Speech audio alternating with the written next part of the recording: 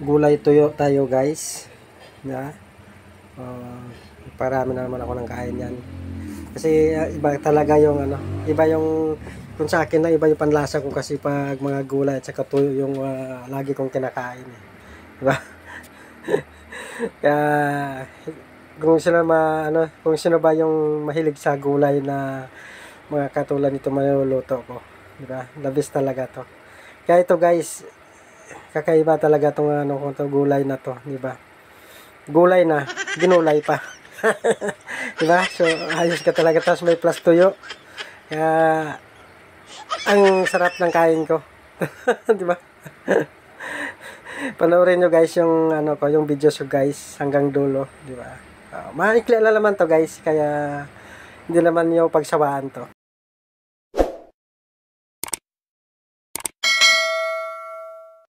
Hello guys, happy Sunday at saka happy New Year sa inyong lahat, sa mga nakapanood. Ito na naman guys, yung aking lulutuin na ito. Ay pinaplanuhan ko kung igisa ko ba o gataan, di ba? Kasi di ba, yun yung gulay ko malulutuin. Puso ng saging, di ba? Tapos sitaw, yan. Tapos dahon ng kangkong, yung kangkong ba? Yan, yan, sibuyas at saka sa kamatis at saka bawang. Naplanuhan ko kung igisa ko ba Tapos yung sahog niya guys, hipon. Malalaking hipon pinili ko. Yan guys. Pero plano ko igataan ko na lang siguro to. Ito guys, panoorin niyo guys yung ginataan ko na gulay. Kung nagustuhan niyo to guys, kung nakapagluto kayo nito, shout out sa inyong lahat. Sa mga din nais na manood, di ba?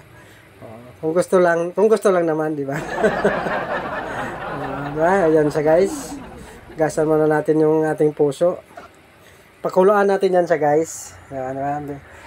Bibiyakin natin yan. Kuhan muna tayo. Pakulo tayo ng tubig. Yan. Palambutin natin siya guys. Palambutin natin. Parang linaga style ba? Ilaga muna natin yan. Yan, laga natin. Parang lumang-luma na yung puso ng saging. Iba talaga pag nasa paano ka, 'di ba? Sa medyo bundok na lugar ka talaga. Yung sa bagong pitas. Iba talaga, 'di ba? Medyo matamis-tamis pa pati yung lasa niyan.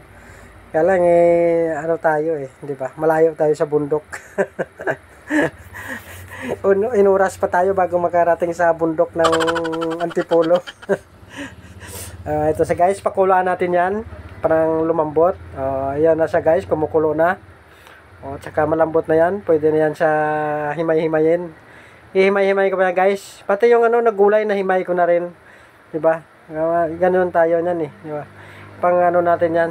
Habang nagpapakulo ako, hinihimay ko na yung ibang gulay. Diba? Lininisan ko na din yung pati yung hipon, pansahog. Para tuloy-tuloy yung pagluluto. Diba? Kasi sabi ko igisa ba o gataan ko. Pero mas okay ginataan kasi maalinamnam. Kaya gingataan ko na lang siya guys. Diba? Ito. Yan siya guys. Kuha na natin yan. Kuha na natin. Diba? Napapulahin natin yung hipon. Kasi dalawang isip ko kanina kung igisa ko ba o Pag iginisa ko kasi diretso na yung hipon. Diba? Pero nalinisan ko na yung hipon. Yeah. Tinanggalan na natin ang bituka yan. Tanong ko guys, may bituka ba hipon? Meron yan, merong bituka yung hipon. Kasi hindi mabubuhay yung hayop pag walang bituka Di ba? May pagkano dyan, hayop din yan May bituka din yan Isda nga, may bituka din di ba? Parang din yan. Kaya ito guys, timplahan na natin lagyan natin ng asin at saka paminta, di ba? Okay, papulahin muna natin 'yan. Kasi hindi ko na igigisa, guys. Magpakulo lang tayo ng konting tubig. Kasi malasa 'yan siya, guys, kasi lagyan natin siya ng cubes, di ba? Lagyan natin 'yan, shrimp cubes para masarap siya. Talagang kuan mo talaga. Malalasahan mo kasi. Kaya pinag-isipan ko kasi pag mayroong gata kasi malinamnam, di ba? Okay naman siya pag hindi gataan, yung igisa lang naman siya, di ba?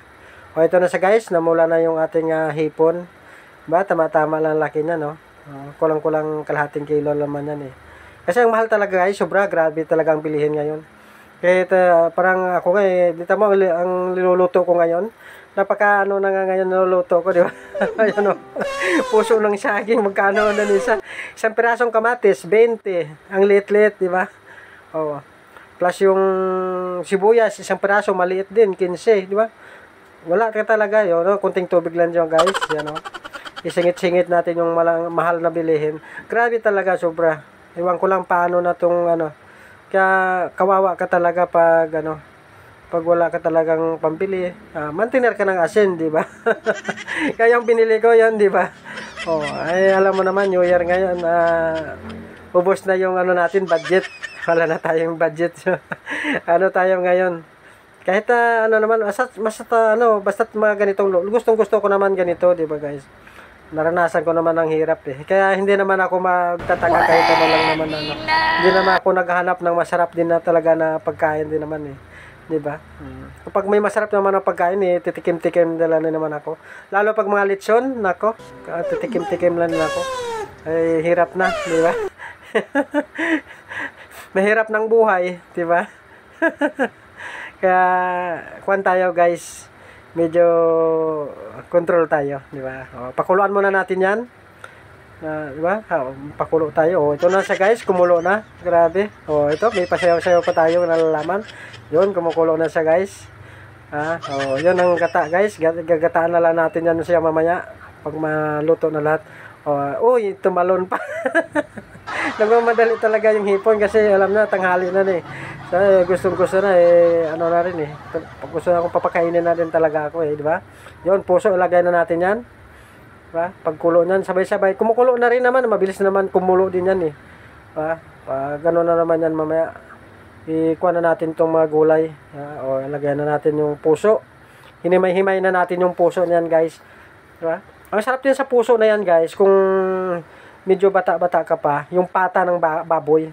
Sarap niyan. Ano mo muna, 'di ba? Iihaw mo muna yung pata ng baboy, medyo kansa, tapos saka mo lutuin sang ganyan, no. Ilaga na may kasamang hinimay-himay na puso. Nako, pagkasarap. Saka may may sitaw, sarap, grabe. Yan ang gustong-gusto ko dati na mga kinakain ko mga ganyan, 'di ba? At saka yung KBL, 'di ba? Nako. Yan ang mga gustong-gusto ko talaga na ito na siya, guys. Kuha na natin yan. Nirentayin natin mga ilang minutes. Kumulo siya. Kasi mabilis naman to, guys. Luto na nga to yung mga, di ba? At saka mga half cook din dapat to sa mga gulay na to di ba? Kuha natin yung asin. Nandyan, may kasama ako, di ba, guys? May kasama ako sa pagluluto. Pag nandito ako kasi nagluluto, guys. Kaya mas maganda naman talaga na kapag nasa bahay, diba? Para hindi naman mabigat ang mga gawain, diba? Kaya mabigat pa yung bilihin, tapos mabigat pa yung diba? Pasilip-silip pa tayo, diba? Para pa tayo, lagyan natin ng gata. Itong gata na to, pagkulo ng gata yan mamaya, ilagay na natin yung talbos ng yung kangkong, diba? Gustong-gusto ko kasi yung kangkong, guys, diba? Maganda yan din sa katawan ng kangkong. Doktor mismo yung nagsasabi, di ba? Yung mga green na na mga talbos. Maganda yan, guys, sa katawan natin. Yan na talbos, ba? Ayos na ayos yan. Gawin ko naman parang kambing na naman yan mamaya, di ba? Ito na siya, guys. Lagay na natin para malantakan na natin yan. Magpiprito pa tayo, guys, ng yung lalong gumanang pagkain. Yung sap-sap, di ba? Ganun ang buhay mahirap, di ba? Kahit sap-sap lang pwede na. Sanay naman tayo sa hirap, di ba? Kaya mga ganitong mga luto, okay to. Kaya sa mga pagkain na mga masarap din, hindi din naman maganda din, di ba? Pwede din naman paminsan-minsan lang, di ba, guys? Kung may pera tayo, bibili din naman tayo. Pero pag wala tayong pera, di ba? Ganun naman tayo, ba? Ganun. Ito na sa, guys. Kasi luto na yung gulay natin, di ba? Maghihintay na lang yan. Naghintay na lang ng hahatulan natin. Tayo. Kuhan tayo ng, ng tuyo, di ba? Yung sap-sap. Napaka, din yun. Kasi yung tingin ko sa sap-sap, parang hindi siya maalat, Kaya gusto ko rin kanina. Sa palengke, sabi ko, maganda yung sap-sap, yan, di ba? Kasi mahal ang lahat na bilihin, di ba? Oh, yung sa sapsap pa lang magkano isang guhit? Nako, sapsap na 'yon ha, di ba? Talagang ano na yan, pang mahirap na, para ngayon parang pang mayaman na pati sapsap. Di ka pero halos isang piraso 15 pesos na rin. Talaga tong sapsap na to. Binawasan kasi sobrang laki kasi ng isda to kaya lumiit lalo. Manipis, di ba? Ito na guys. Akitin natin yung kapitbahay natin kasi mabango to guys pag di ba? Pag piniprito mo. Lalong tabing kalsada nga ito na siya. Diba?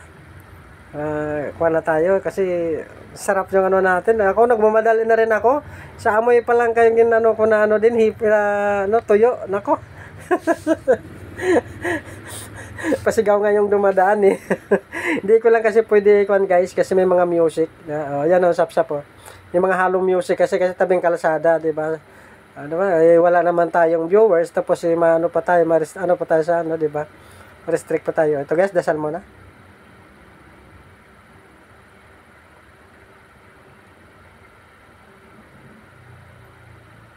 Ito na guys, pasalamat na tayo kay God dahil sa pagkain na natanggap natin sa kanya, di ba? Biyaya sa araw-araw, di ba? Ito sa guys, talagang takam na takam ako dun sa ayun sa talbos pa lang, takam na ako sa talbos. Kanina pang ginakino nga, di ba? Di ba? Isang subo pa lang solve na. Talagang nako. Dito tayo, pero siguro sa bawat vlog ko, puro na lang tayo talbos guys kasi dito mura tayo sa talbos tig 20 pesos yung isang 20, 30 ganyan yung isang tali, di ba? Talbos na lang tayo ngayon, di ba? Kasi hindi na tayo makakabili ng dati yung tali ng tig 10 piso 5 piso tapos naging 10 piso, di ba? Tapos naging 20, tapos naging 30 na. Talaga naman. Itong hipon naman ilang piraso lang, grabe. Kaya ito guys, yung pinamili ko na to, ganyan lang yan guys ha. Halos sa kwan siya ng aabot siya ng 500 guys. Kasama na lahat. Pati yung pati yung gata. Talaga naman. Sa hipon pa lang din naman magkano na yung hipon ako. Kaya napakasakit talaga guys. Diba? Pagkain ng mahirap dati pang mayaman. Diba? Sa presyo pa lang nako. Talaga namang sabi nga ng doon kanina, usap-usap sila. Ano ba ang mabibili ng 20 pesos? Diba? Ito guys, sap-sap. 15 pesos yung piraso. Ano ba ang mabibili ng ng 20 pesos? Sabi kayo nako, isang pirasong kamatis lang yan. Ito pa. Yun yung maliit pa yan. Sabi niya. Yung malaki magkano? 25. Nako, patay tayo dyan. Sabi ko, ano ba yan? Ganong bilihin. Nako, sabi ko. Sa kwan pa lang, bilihin pa lang, nako. Parang mamamayat ka na. Kaya, nako guys. Sana nga, mapagbigyan ng mag-atensyon ng gobyerno yung mga bilihin natin. Wala na talagang control sa mga bilihin guys. Kasi kung tutusin naman talaga, ako nga, lagi kong sinasabi din sa vlog ko lahat naman na dito sa atin, dito sa Pilipinas, lahat na ang mabilis lang tumubo dapat di ba? Kasi itapon mo lang tumutubo na agad, di ba?